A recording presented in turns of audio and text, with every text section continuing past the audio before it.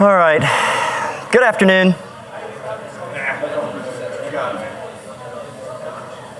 I am James Wester. I am the next speaker. That was a good session, by the way. Hopefully we're going to continue the energy in the room. I'm curious, though, is anybody else besides me kind of exhausted right now? All right. Take it out in the hall. So I am James Wester. Can everybody hear in the back? Because I don't want to talk into a microphone. Can you make it any louder? Is it possible? AV people? Is it possible to do any louder? Is there a volume over here? I'm not going to touch any buttons. That would be bad. So while we get that worked out, I'll introduce you to me. I am James Wester. I am a research director at IDC. I'm an analyst. What does that mean? IDC is a research and consulting firm. I do nothing but analyze and research blockchain all day long. This is supposed to be where, as a speaker, I start with a joke. Analysts are not known for being really funny people. There aren't any good analyst jokes. A lot of good lawyer jokes, doctor jokes. The only analyst joke I have is there are two types of people in the world: those who can draw conclusions from incomplete data sets. That's how I can tell if the audience is smart or not. You're still piecing that together, aren't you? All right. So the topic today is selling blockchain to the C-suite. When I approached Hyperledger and put this in, I put it in as a think tank. The idea being that, we talk a lot about the technology. We don't often talk about the business value and the business case. So one thing I will do, though, is I want to start off with the ground rules for what I consider to be a think tank. It's a body of experts providing advice and ideas on specific political or economic problems. That's a plural. I am just an expert, hopefully.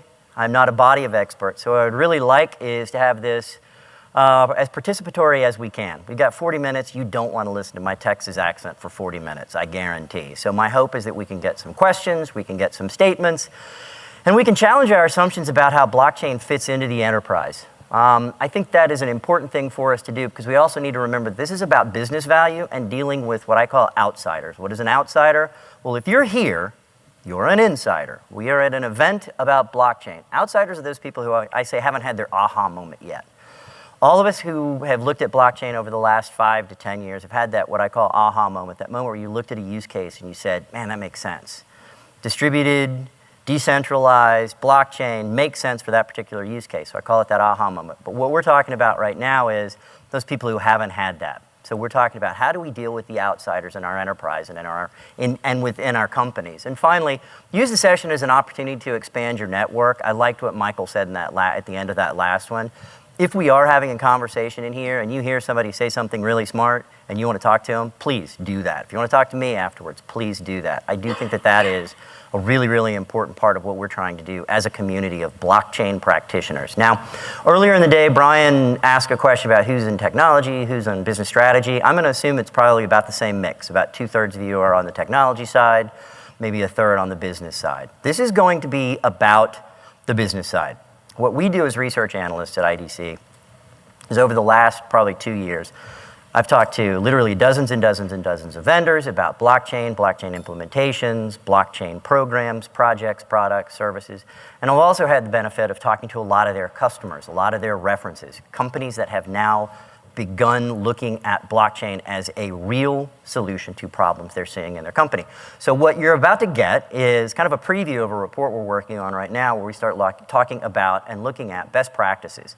Because I think that what we have right now is a bit of what I would call a context problem. This is from a newsletter from Joe Wiesenthal. He's a reporter, news anchor for Bloomberg, covers blockchain. Very smart guy, but he put this out in November, I think, late November, early December. The important part starts with last week, the Wall Street Journal reported that a venture fund based in New York City would no longer invest in blockchain startups because it didn't see any momentum towards adoption of the technology. This is my favorite part. And if you look at a chart of interest in blockchain on Google, it's been falling nonstop ever since 2017 crypto bubble burst. So we are using as a metric Google searches. Blockchain's dead. Everybody go home. Sorry. But the fact of the matter is that, again, Joe's a smart guy. He's looking at blockchain from the perspective of, I just don't hear any noise about it, therefore it must be dead. So this is a part of the context that we're in. This is the world that we are living in as we try to sell this technology, again, that we've had this aha moment with.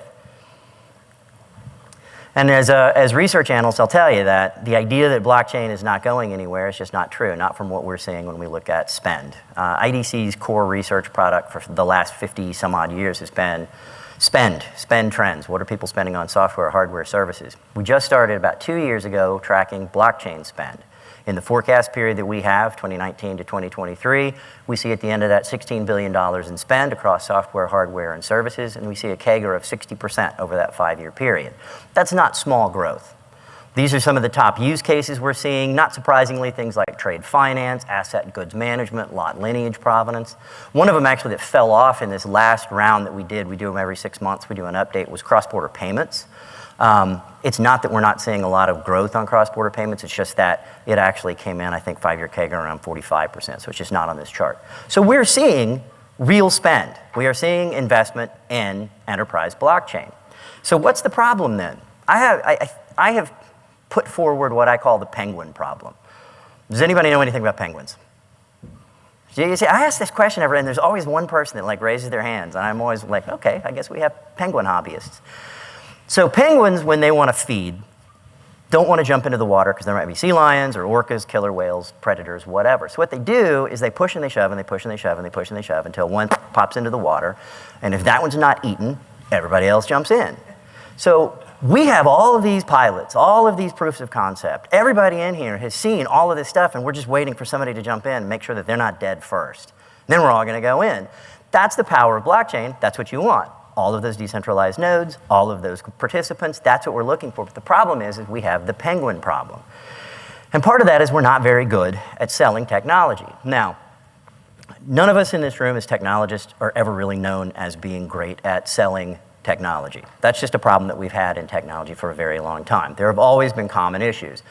Budgets, always constrained. That's just the way things work. Technology needs need to be attached to business cases. That's always been a challenge that we face in technology. How do you sell a technology when you just know it's a smart, right thing to do, but you've got to attach it to a business case? One of the things we're seeing across IDC is lines of business are becoming more authoritarian on their technology decisions. It used to be 20 years ago, somebody said, I need something to happen, technology person can make it happen. Now, lines of business are a lot smarter. They're a lot better at understanding the technologies they think they want, so they're becoming a lot more authoritarian. And finally, technology groups, well, frankly, we're just not our own best advocates. That's just a problem that we have in technology. And that's one of the problems, and then add to that, blockchain has some unique challenges itself. Again, we're not great at selling technology. Well, we're responsible now for selling blockchain into the organization. We're the ones who are most blockchain products, projects, implementations are coming from technology groups, and we're just not really very good at it, but we're responsible for selling it. Also, the initial noise around blockchain has really sort of poisoned the well. There was a lot of hype. I think we all know that. There was a lot of information out there about what blockchain was going to do. And unfortunately, that's poisoned the well for what we're trying to do now in the enterprise. Also, blockchain does not lend itself well to simple business cases. You distribute the costs. How do you distribute the return? How do you distribute the benefit for that? That's one of the big issues that we're having with blockchain. And finally, the distributed nature of blockchain is a governance risk and compliance headache. Actually, I think it's funny, Dave Treat from Accenture, I think, used the word nightmare on the stage earlier today. That was what I had originally on my slide, but I thought, I don't want to call it a nightmare, because it's not a nightmare, but it is a bit of a headache. And that's one of the problems with blockchain. So what do we do then? How do we sell blockchain to the C-level? How do we sell it to those people who are going to make those decisions? So you may have noticed on my slides, I've got to explain the pictures. Visual metaphors are really, really tough for technology. I was doing the slides. My daughter, 15-year-old daughter, was looking over my shoulder, and I said, is there too much color on the slide? She goes, no, actually it looks like candy. So I decided to put, for these divider slides, candy would be my metaphor. Again, still not very easily. So nerds, I thought, was good for the CTO, CIO. No, I'm telling you, it's hard. Visual metaphors are really, really difficult. So the CTO, the CIO, this is where you start that sales project to the C-level. Now you would think, and I believe it to be true, as technology people, this should be the easy part. The easy part first is selling to your chief technology officer, your chief information officer. So you start here. And that's what we're seeing from these best practices when we're talking to vendors. They have found that that those projects that are the most successful tend to start as a technology project. But what they recommend is avoid the innovation trap. Innovation is for suckers. What do I mean by that? Blockchain that starts in innovation labs. This is not against innovation labs, R&D, but innovation labs have their own budget. That budget tends to be use it or lose it, so they are out there trying to find innovation. They want to find emerging tech, but whether that translates into an actual project that's run within an organization, not really up to them often. So instead of starting with the innovation part, start with a discussion on real value. What is it that the company is trying to do? What is it that the line of business is trying to do?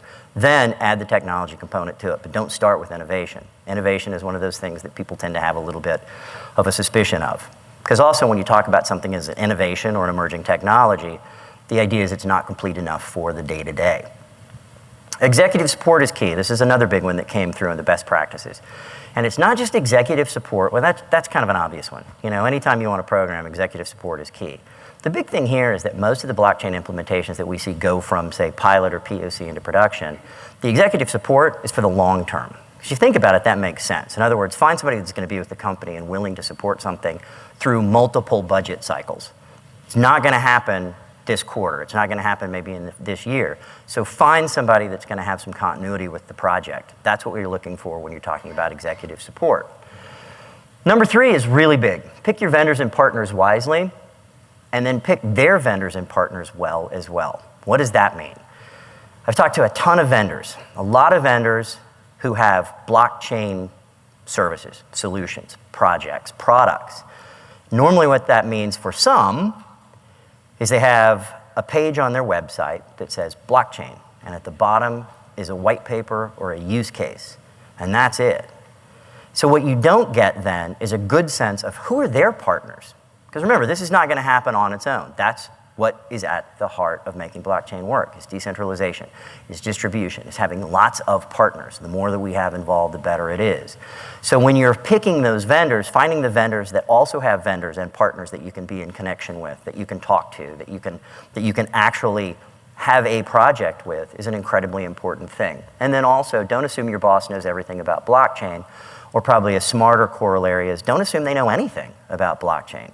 Again, those of us who are in this room, we know blockchain. We're at an international conference on blockchain. So we make a lot of assumptions about how much people in technology know, and it's often surprising how little they really do know. So it's an education process. But it's also not just an education process when you're talking to the head of technology and you want approval. What you're also needing to do is put together everything you need to know. Now, this is just a spreadsheet or a cheat sheet that I put together on knowing what vendors are going to do what. How do you sell that then to a CTO or CIO? Why do they need something like this? So that you can look at the infrastructure layer, know where nodes are going to be, know who your partners are going to be. At the protocol layer, how are you going to set that up? At the use case layer, who's going to be there saying, this is what we're doing, this is where the business value is, this is a solution that we're looking for. And finally, at that application layer, who's building this into the systems that we have? Are we doing that? Is somebody else? And then you have your whole full stack vendors over the side, all those professional services, SIs, BPOs, all of those companies that are out there who are helping companies understand the full stack. Maybe those are your partners. But having this so that a CIO or a CTO knows who the vendors are, knows where the checks are going to be written, and knows who's going to be helping with this is an incredibly valuable tool, because then you can look at it and say, these are who our partners are going to be, and this is how we're going to make this work. The CFO. So this is the financial person. That's the only candy I could find that had anything to do with money. I thought there were more. Penny candy. Penny candy, see? I'm telling you, I need to crowdsource these slides. The CFO. Now this is where it gets tricky. And the reason is because, again, we tend not to be in the technology side familiar with building out business cases. It's not something that we do all the time. But believe it or not, the financial case is easier than you think. First, you need to be prepared with the quantitative case. This is something that every single vendor, not surprisingly because this is what they do, but every single vendor I talked to on the services side said the exact same thing. Find help. That's what they're there to do. They will help you build that case. That's how they help you do your job. That's what vendors are there for. Also, within your financial organization, I will be willing to bet that there are people who will partner with you to help you build that business case. That's what they do. They're the ones who have the formulas. They're the ones who know what the cost of capital is. That's what they do. So find that help. You're not on your own. Again, start with a line of business owner. Who has the P&L? Who's paying for this? Go into this knowing where that's going to happen. That's going to solve a lot of your problems because you're already beginning to attach yourself not just to a business case, but to an entire line of business. Frankly, don't even mention blockchain. You'd be surprised how little financial departments, organizations, and teams care about the technology itself. They don't. You don't need to have to go into the idea that this is about blockchain. And finally, look for the incremental improvements. This is not about selling big schemes. We all know in this room, again, we've had that aha moment, we all know why we think blockchain is great. So we want to sell those big schemes. We know that it's going to solve voting. We know that it's going to help with financial inclusion. We know that it's going to replace currency potentially. I mean, there are a lot of things that we all quote unquote know. But big schemes don't sell for the CFO. What they want to know is, what is the incremental dollar that's going to be invested in a technology solution going to gain me? What's the incremental improvement, and how do I compare that against other incremental investments that I could be making? That's what they want to know. So don't sell those big grand schemes. And these are where we're seeing some of the evolving business models. Now, the good news is you're not going into this, it's not 5 years ago. Now we are beginning to see some of those production level blockchain implementations. And where you're seeing most of what CFOs care about, whether it's cost reduction or revenue recognition, is it kind of starts with, mostly right now, efficiency gains, cost savings. We started out at 12 o'clock, reducing costs and friction. Classic case there being payments, reducing middlemen, making things easier, reducing the costs. We moved around to things like tracking provenance and parts. That's the next big group of use cases that we've seen. Things like supply chain. At the bottom, you see things like decentralized data management. In other words, data that individually may not necessarily have any value, but aggregate has great value. So you're talking about identity, IoT, and then finally you get to what we call managing things of value. Big ecosystems, markets where you're now connecting buyers and sellers in a way that you can begin to start seeing new markets. And so what do you do then? So we've moved from efficiency and cost savings to new revenue and business models. So these are the things that your finance department wants to know. How are you measuring these things? So things on costs avoided, things like FTE hours, full-time employees. Are you reducing headcount? Are you reducing hours required for things? Transaction costs. Are you reducing those transaction costs when you're talking about payments? Are you doing things faster? Are you doing things cheaper? Exception handling. This is one that there have been multiple cases when I was talking to vendors that just the cost to handle exceptions in a supply chain or in a value chain are astronomically high. So being able to get rid of those exceptions or reduce those exceptions is a cost that you've now avoided. It's a very important one. Or replacement costs. If you have to replace parts, if you have to replace things because for whatever reason, what's the cost of doing that? And then identity and access. I put that in there because identity, access, a lot of the day-to-day processes that we have in enterprises are surprisingly costly. We don't think much about them. A lot of you probably have to deal with two-factor authentication when you sign into your email, building access. All of those things are time, often frustrating time that you have to spend. So are there ways that you can now use the tools that are coming out with blockchain that you can get rid of that you can now make those costs go away? And then once you kind of come around after we've sort of come back around to managing things of value and we start creating those new markets, what are the new services? How do you put that into a business case? Can you put that into a business case on new services that you've now recognized or even new markets that you've entered? Those are going to be a little bit harder. I will tell you that once you start getting away from the efficiency business cases and you start getting into the revenue, those are going to be a little bit harder.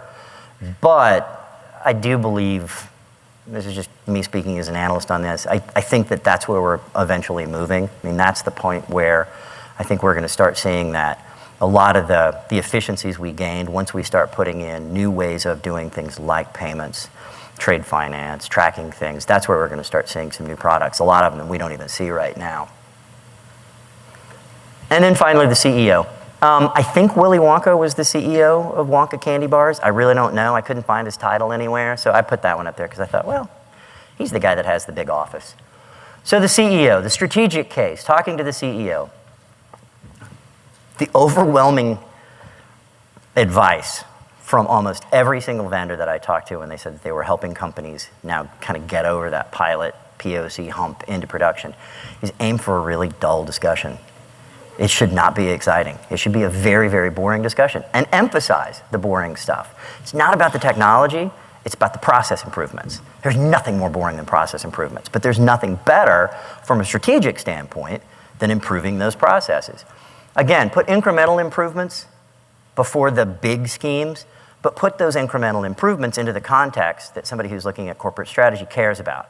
Why do I care about full-time employee hours being reduced? How is that going to make us more efficient from a call center or a client contact? How is that going to work? Again, a boring discussion, but super important for a CEO. Here you also need to be ready to educate. This is where the discussion on compliance and risk and strategy really, really matter. This is where you need to be able to say, no, that's not the way things are done. Don't expect a CEO to be the person who's going to know the intricacies of what you're planning on doing, but be able to educate, be able to explain how things are going to be done. But the other side, keep that technology discussion very, very simple. Don't go down the rabbit hole if you don't have to, because it is a rabbit hole. What's the line in politics? If you're explaining, you're losing. That's kind of the thing here too. You got to keep it very simple. The more you're explaining, the less you're talking about the benefits and the more you're talking about the technology.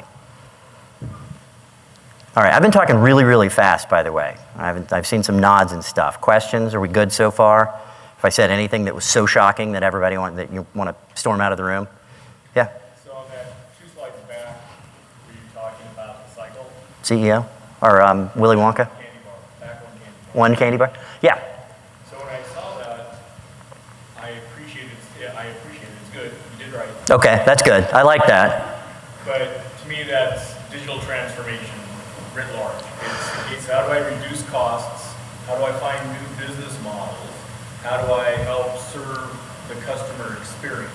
So I am... Cost avoided, revenue realized in new services. Here's the issue I have with digital transformation. And is anybody else from IDC in here? Okay, good. Because IDC, as analysts, we talk a lot about digital transformation. My problem with digital transformation is digital transformation often means the digitalizing of a previous process. It is, instead of me handing you a piece of paper, I now send you a piece of paper. It's a PDF. Or I send you an email that has that in there.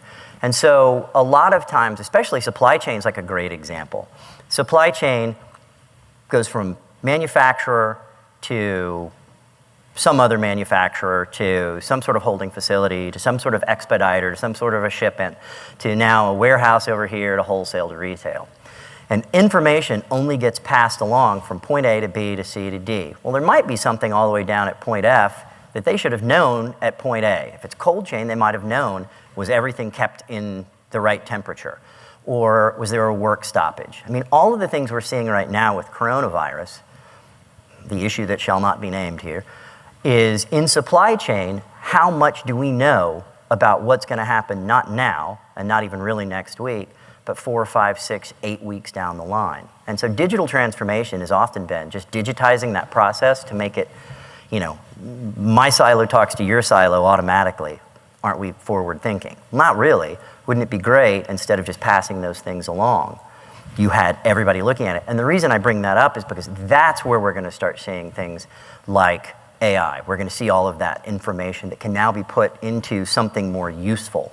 And so that's where I think when we're talking about new services and new markets, that's the stuff that we haven't even been able to pay attention to yet, because really actually having a distributed supply chain as opposed to just digitally transforming what we've got, I think that's going to be a real key to what we're going to see when we talk about new markets and new revenue and entire new value chains that we didn't even know existed. That's the exciting part. Okay, so education. One of the things about, this was just something that I created a while ago trying to explain blockchain. Very, very simple stuff.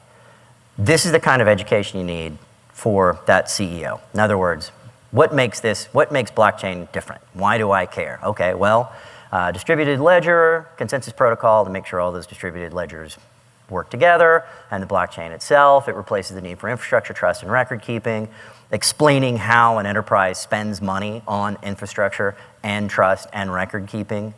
Those are important costs. Is a very, very simple discussion on why it makes it different. This is the type of education that we're talking about when we're talking about educating a CEO. Again, you're not going real deep into the technology, you're just explaining the differences. That's the type of education that you're going to have to deal with when you're talking to the CEO, making sure that they understand the context of the incremental change, but also that the technology itself isn't really the important part. It's the changing of the process, it's the changing of the efficiencies, it's maybe recognizing those new revenues. So the C-suite in general. Those are the three that I included here because I only have 40 minutes. I wanted to have a good discussion. There are others. There's the Chief Revenue Officer. There's the Chief Information Security Officer. There is Chief Legal Officer. Those are all going to have to be a part of it too. So one of the things you do have to know is within your organization, what's your process for getting these things done? I mean, Chief Legal Officer could have been that could be an entire day, just a strategy. We used to have a joke at a company I worked for. If there was a job that you didn't really want to do, you submitted it to legal. Do you want to do that? Nah, let's run it past legal, because you knew they were going to kill it and you wouldn't have to do it. But that's what you have to deal with. And part of the process of understanding is understanding that process. But do understand that blockchain is just like any other investment decision. As I said before, I have to spend an incremental dollar. What is that incremental dollar going to get me? How is that incremental gain bigger or better or more strategic than any other investment that I'm going to make? So the big thing here is don't react, prepare. Prepare for what you have to do. Learn everything that you need to know. Have your ducks in a row. Again, that's basic project management, but just because we're in a room where we know that the technology is smarter and better doesn't mean that we don't have to prepare. And if anything, we have to make sure all of our ducks are in a row more than other people. Start with a long-term goal in mind, but don't sell that. Again, paying attention to the incremental benefit that you get from an investment or going into a project, a blockchain project, is much more important than the big vision. In fact, I'll be real frank, a lot of the big visionary stuff really turns people off. I have a feeling that some of you may disagree with that very strongly, but the fact is when you're talking about an enterprise investment, that's not necessarily where a company wants to be, is out on that bleeding edge when you're talking about especially process and infrastructure. So I disagree with that. Okay. Companies I talk to, I take that attitude. I don't want to walk and say, hi, I've got a thing, you need this because. Right. Because they're going to be, no, I don't. Right. But what I've been finding over the last year, 3, is that if I go in and present, here's a solution, let me talk about your problem first, they're like, no, tell me about blockchain. I've read about this, I've seen it in the media, I've read the reports or heard about it enough that I don't know what I know, so tell me about it. And I proceed to tell them, and they say, yeah, that's not us, we don't have the time, don't have the budget. It gets snipped apart. So sell the big vision? Well, when I try and sell big vision, it's usually maybe inappropriate. It's to the technology companies. I don't know if they're like, no, I understand. Tell me the tech. Right. But if you walk in and talk about the tech, I get but go talk to my CTO. But again, though. I'm big picture, I'm CEO. I don't care about the tech stuff. Go talk to him. Right, but that's what I'm saying is. Can't make it up.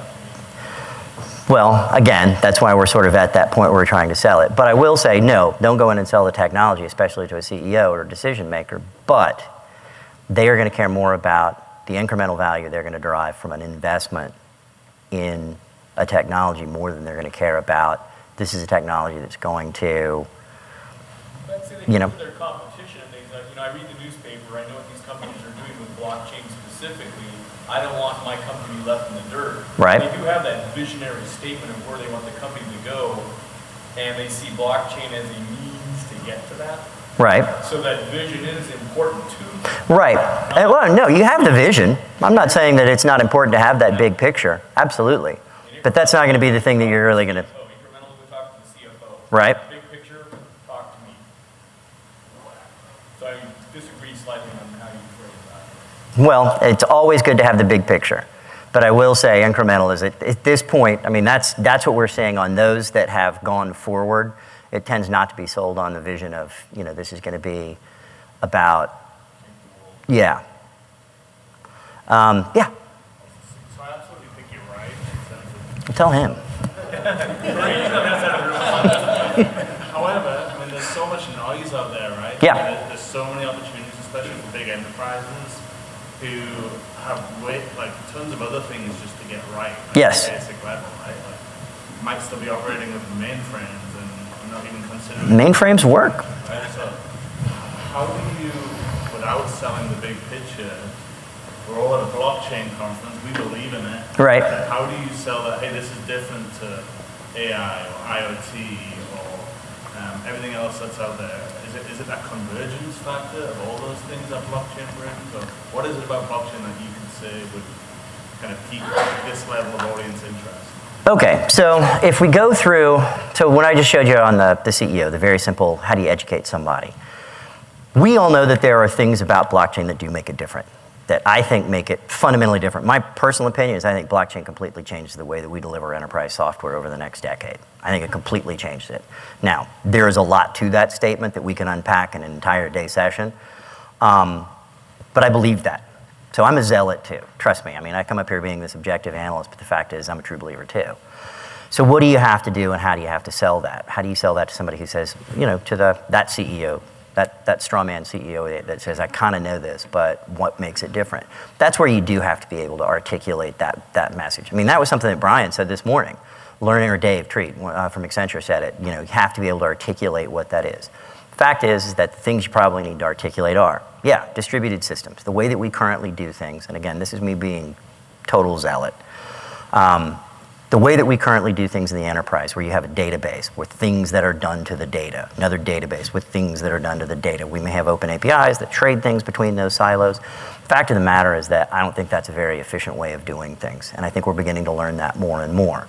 So, what does blockchain give us? And this is where I'll actually change it, and I won't even talk about blockchain. We'll just talk about decentralized or distributed systems. What does that give us? Gives us the ability to no longer have those silos. Now we're going to be able to see patterns that we couldn't see before. We're now going to be able to do things that we couldn't do before. Those are really important things. Didn't take me long. It took what? A minute for me to say that? That's the kind of stuff. Distill that message. This goes into the whole just be prepared. Have your ducks in a row. Don't go into an office with somebody who's got a budget that they want to spend on your project and not be able to articulate those things. And you've got vendors, part of it too, you have vendors that can help you do that. That tends to be one of the more important things too, is you have those vendors, do you have those internal partners? Do you have that CTO, CIO buy-in? Do you have the line of business? As you go through that process, you get better and better at articulating what makes blockchain different.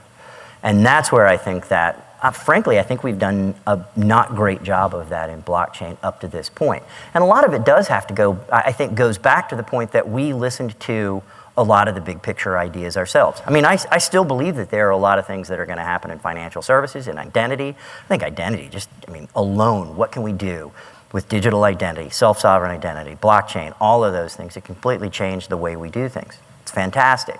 But, and maybe that's what I'm talking about is, those are the things that really kind of turn our heads, but can we articulate the incremental steps that we can get to get there? Hold on, I am going to ask this question. I do just want to say one thing though, because the next one is, always do start with that value-based discussion. Always start with what's the business value.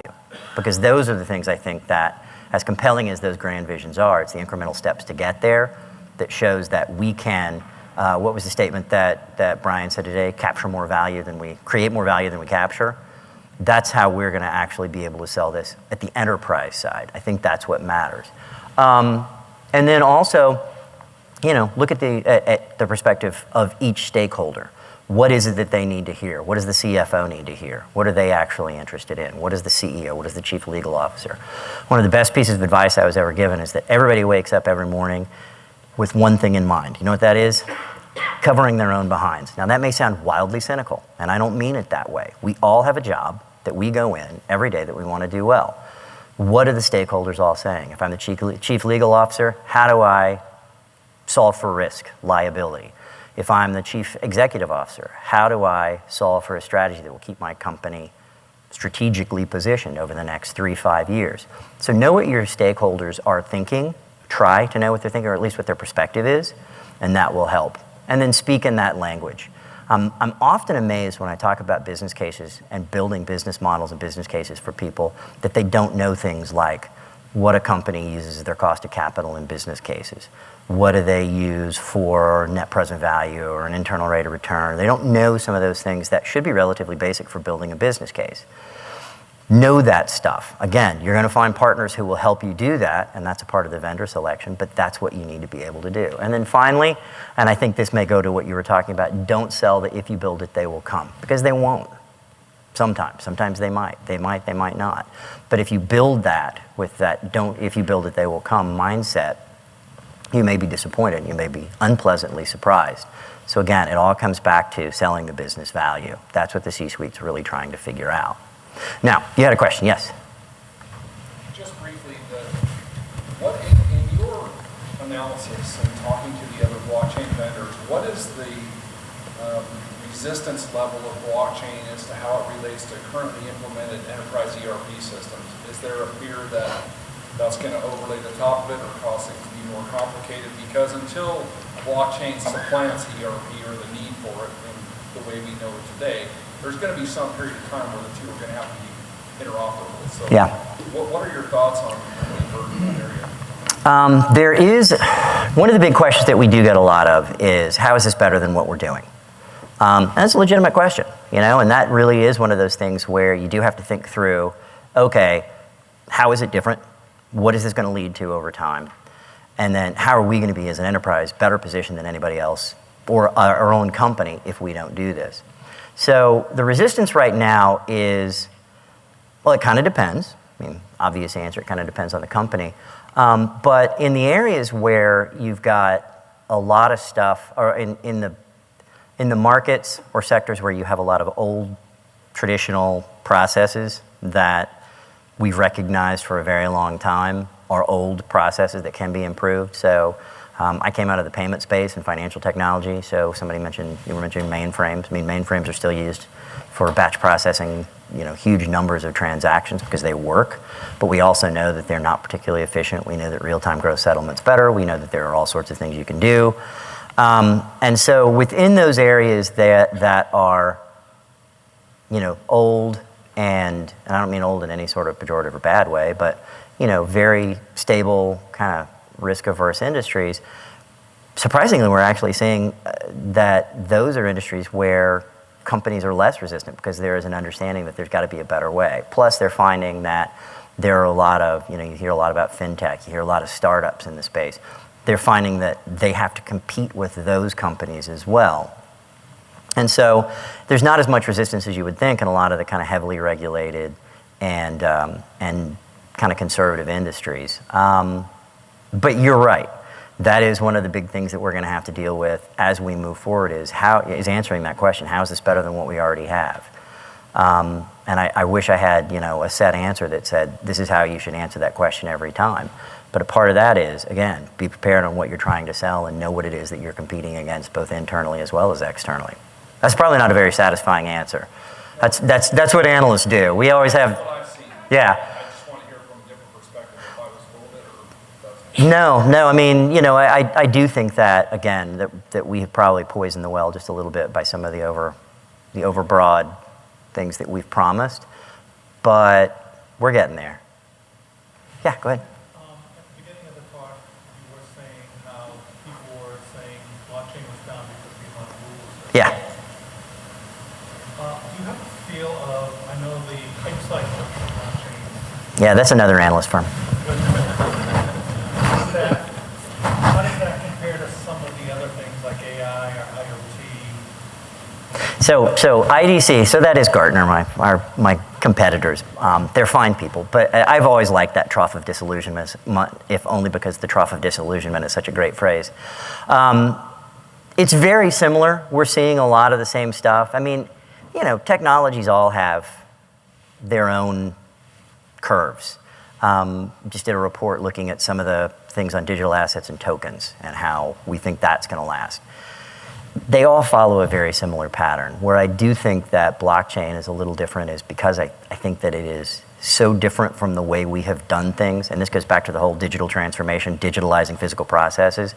We're really looking at doing things in ways that don't necessarily mirror the way that we have always done things. So I do think that means it's going to be a longer time.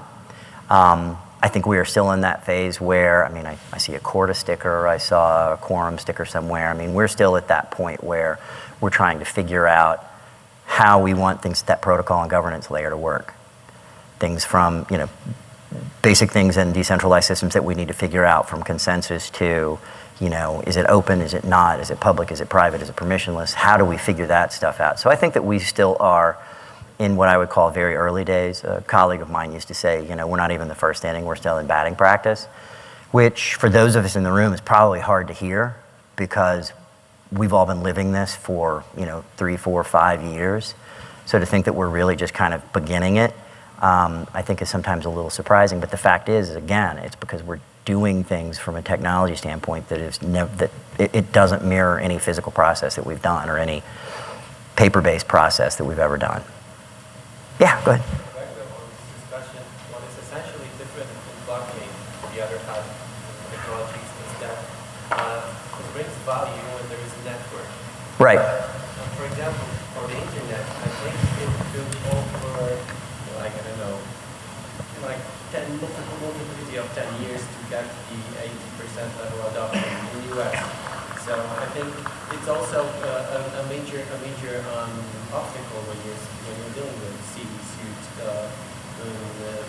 guys in your company is that to sell them the idea is not really to explain them on the technology or the use case in general. You immediately have to jump into the discussion. What are our partners?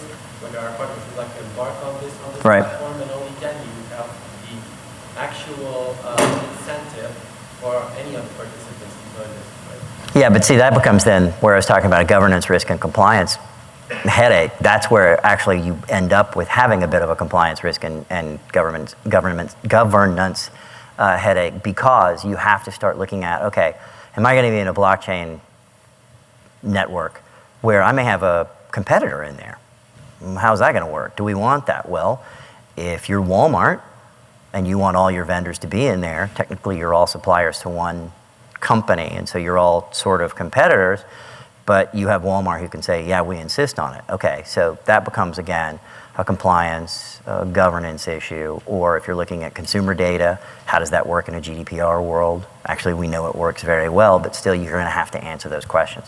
So you're right, it's all about networks, but also as you build those networks out, that doesn't mean that you can kind of wave it away by saying, oh, the value's in the network. That means that you still have a lot of arguments that you have to discuss, and a lot of arguments, that you have to address. So it's not easy. How would you advise clients who are actually struggling to build that business case? And why is the answer attending my workshop there? So I will say, I would offer two things. First, again, know your internal processes, because there is more than likely a resource. If you're in a large enough organization, there's a resource within your finance organization to say, here, we can help you build that business case. We can help you think through those things. The other one is find a good partner. And not going to point to any particular company, but go to his on Thursday. There are a couple other companies I see in here, but seriously, there are on the professional services side, on the tech consulting side, there are a lot of companies that are doing very, very good work on doing just that. Helping their company or helping their customers build those business cases, because what they don't want to do is they also don't want to go down that proof of concept pilot trap where they help a lot of companies spin up these proofs of concept. They prove the same concept over and over and over and over and over without actually getting anything into production. So, the best practice that we've seen is that most of the ones that have gone into production, most of the really successful blockchain implementations have come about because there have been vendor partners who have said, we're going to help move this forward. And that goes back to what I was saying about don't just pick a good vendor, but pick the vendor who also has a good list of partners as well, because back to your network effect, that's what really seems to matter the most. Now, governance issue again, but that's where you begin to go down that road. I'm going to do one thing. I'm going to do a time check. So we're a little bit over, but there's nobody after in this room, so I'm willing to go another 5 minutes. If you want to get up and go now, you're not going to hurt my feelings. You stayed all the way through, so I appreciate it. Yeah, go ahead. So given that the talk is titled Selling Blockchain Hosting with the C-Suite, Mm-hmm. I'm going to question whether that's the thing we should be doing. Like, which blockchain networks should be started by a large enterprise versus a startup, or maybe an enterprise that taps a startup why don't you guys go work on this problem and work? I think that's a great question. Now, I've got a couple of answers for that. Again, I'm an analyst, so I'm going to have probably 3 different answers that are going to, for any one question. But I do believe that, so the quote from Brian earlier today about capture more value or create more value than you capture, that notwithstanding, because I do think that's important, and I think it actually fits within the context of people making money off of this. I still believe, though, that without a real incentive to participate, which is going to have to come from investment, which is going to come from enterprises saying, I want to invest in this technology, I do think that we have a problem. So if the question is, should we be selling it to the C-suite, and should C-suites actually be participating in those decisions? Honestly, I believe that's the case. I do believe that we are going to need more enterprise participation in blockchain to make it work. I think there are going to be a lot of people who disagree with me and think that things that we shouldn't need that. But I do think that in at least those cases that we're going to see, the use cases I showed you, the kind of fastest growing ones, those I think are going to help pave the way potentially for the other ones where there might not necessarily be an enterprise play. But we have to prove the technology works in some of those earlier cases too. So I think that having enterprises, and that means having a C-suite that's going to approve and invest, I do think it matters. I would have a hard time figuring out how it's going to. You're saying, so in other words, maybe there's a startup that has a. SAP wasn't a big company, I don't think, like, that decided I'm going to build ERP. They were a technology startup, right? Yeah, I mean, I'm probably getting the history wrong, but I think it's probably reasonable to say ERP companies, there's a ton of them. There were startups that said, I'm going to go sell to enterprises and solve their problems. I don't know that big companies want to be software development shops. And we've seen over the last, couple of decades, they've moved away from building a lot of custom software and use some more packages. Well, I'm not necessarily saying that an enterprise has to be a software company to do this. What I'm saying is if you're a CEO of a company that is in shipping or in farming or agribusiness, pharmaceuticals, any of those, you've got huge regulatory and compliance costs. You have huge issues with tracking your goods, with issues on your supply chain. You've got all of these things. If somebody comes to you and says, hey, we can solve that problem, that doesn't necessarily mean that you're now a software company. It just means that there are companies out there that are putting together these networks. They're on the vendor side that are saying, hey, we want to do that. So it's not necessarily saying that you have to now become a technology company. What it is saying, though, is that there are going to be members of just about any C-suite who are going to be resistant to the idea of blockchain because they're going to think that means drugs and guns because that's all they know. And so what we need to do then is sell this technology, what we know works, and sell this technology to them so that they can make those decisions. Does that make sense?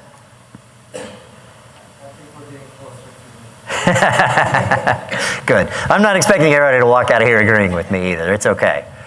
Yeah, go ahead. So I feel like a lot of the talk is around selling the vision Yeah. at the end of the day.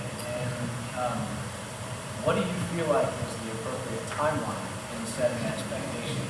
Is this a 3-year, a 5-year? If I'm a C-suite guy, I'm Yeah. a publicly traded company, I want quarterly. It's quarterly. Absolutely. I'm not getting any of that. Yeah. From this.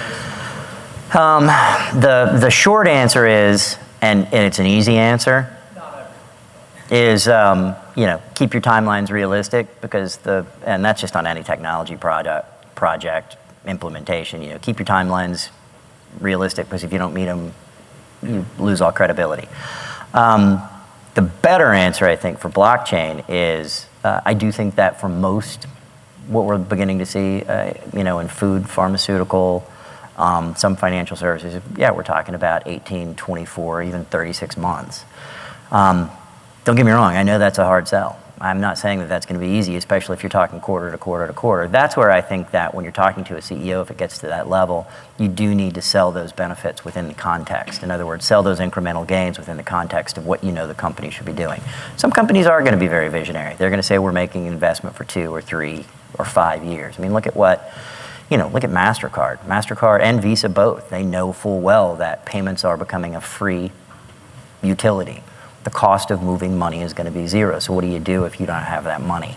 If you don't have that, you change your company into a company that now does IoT or that does identity or that does something else. So they've been very smart and very visionary, realizing that their market's going away. And I think that as blockchain becomes, as it becomes a more viable alternative for lots of things, from ERP to supply chain to CRM solutions to payments to whatever it is, I think you're going to start seeing that timeline for seeing real results get shorter. But right now, so long as you're selling those incremental benefits where you know that you can package some goodness in a shorter period of time, maybe getting that grand vision in 2 or 3 years, I think that that's what you're going to have to do. Again, I'm not going to say that that's going to be an easy sell within any organization, but that may go back to sell the vision a little bit there as well. Yeah. Yeah, go ahead. So, this question is kind of piggybacking off of that one over there. Some of our clients have said with the implementations that we do, we need to have some sort of ROI payback period. Yeah. 18 months, 24 months, something along those lines. And what I was curious to find out is, did IDC do any sort of ROI investigation, maybe by different use cases, different patterns, We're starting to, and the problem is I'll be real honest, from an analyst standpoint, we just don't have enough data to really put together too much of it is POC and pilot still. And now the pilots and the POCs are showing quote unquote good return. They're showing positive results. They're proving the concepts out, but does that work when you scale? Does it work when you start adding in? And that's ongoing. That's kind of ongoing research we're doing. Is working with some of those vendors to try to figure out what they're seeing as a good return on some of the stuff they're doing. I mean, some of them are pretty simple. I was reading about, I think it's at Carrefour, that's the European grocery chain. They started doing, I believe it was chicken, that they started selling chicken that's on a blockchain, the chicken chain. And what they're beginning to see is that they're seeing a noticeable lift in the sales of the chicken that can be traced all the way back to the farm. That's what people want. That's a relatively easy calculation on new revenue that you're getting that you're not going to see elsewhere. Not every one of the use cases or business cases is going to be quite that cut and dried. So it's an ongoing challenge that we've got. Yeah. So I guess just to further that, with respect to ROI, factoring operational risk, various other, ingredients that we factor when, provide some sort of financial analysis and ROI, obviously POC or title, of course. Aside from that, some of the biggest challenges, specifically the supply chain, has been vendor network blocking. Yeah. So, a lot of one of the largest objections I think that we received outside of the financial model. So after we have that quick win, so to speak, with whatever CSuite executive or media past that gatekeeper, we want to establish whatever you'll see, is realistically, what do we do? The technology is evolving at a rapid pace. Do we pull the trigger and we make this sort of investment that could be however many hundreds of millions of dollars, knowing that maybe the competition is doing something very similar and we're going to have overlapping vendors, suppliers, whatever the case may be, and they then choose to sit idle as more practice. Yeah. That, in our opinion, outside of the financial framework, has been a tough. So I guess that kind of goes back to the whole interoperability discussion that we've been having as well.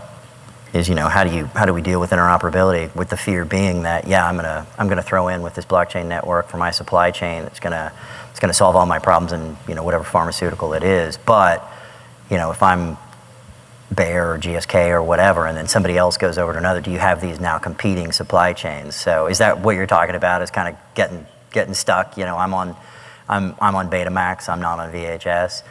Which, by the way, if you ever read about Betamax and VHS, is a terrible use case, and anybody who uses it has no concept. Betamax lasted longer than VHS because it was it was used for professional. Anyway, sorry, just a thing that annoys me. But we're way over, by the way. I just want to make sure. I mean, I know that there's somebody back there recording this, and I don't want to make you have to suffer through any more of this. Are we still okay? We'll do one more question. But yeah, I would love to follow up, by the way, and have some more conversations about what you guys are seeing, because I think that's actually a really important thing that happens at something like this, where we're talking about interoperability, and we do have, people who are here from R3, and people who are here from Quorum, and people who are here from other organizations trying to make that work. Yeah, one last question. So you ended with don't sell, if you build, they will come. Yeah. So what's your advice on going to the C-suite in terms of building that team, identifying your stakeholders? You go to them and sell the idea and then ask them for input to identify the stakeholders? Yeah. Oh man, you had to end on a really tough one. Do you start with, is it an innovation that, kind of starts as a skunk works and somebody does it and then they sell it from there, or do you build out a team, across? Yeah, stop the recording. I don't know. I have my guesses, and that again, I think, goes back to pick a vendor wisely, because normally within an organization, if you have that vendor and you have that relationship, and you can at least get to the point where you can say, hey, I've got a professional services or an IT consulting organization that wants me to help or wants to help me with this. Once you begin that process, they can kind of help you navigate, what do you need now? How do we do that? That's not going to be universal, though, and that's where I kind of shrug and say, yeah, I don't really know. Within a large organization where you might have an ongoing relationship with an IBM or an Accenture or a KPMG or a Deloitte or somebody like that, it might be easier for you to do that because you've got an ongoing relationship. Smaller organizations may not have that, but you may be able to find some vendors that can help you, depending upon, what you're trying to do, what your use case is. But that's a great question. Honestly, you may have just given me a really good idea for my next report on this, because I do think that the human capital part of it is something we don't talk enough about. We talk a lot about process, but process is really about people, and we kind of end it. We say, don't talk about technology, talk about process. Okay, well, we talked about process, but that's really about people and how people are doing their jobs. So how do we fix that? That's a great question. It's almost essential to consider, because if you do it by yourself, you're kind of Yeah. And it's not like anybody has a blockchain department.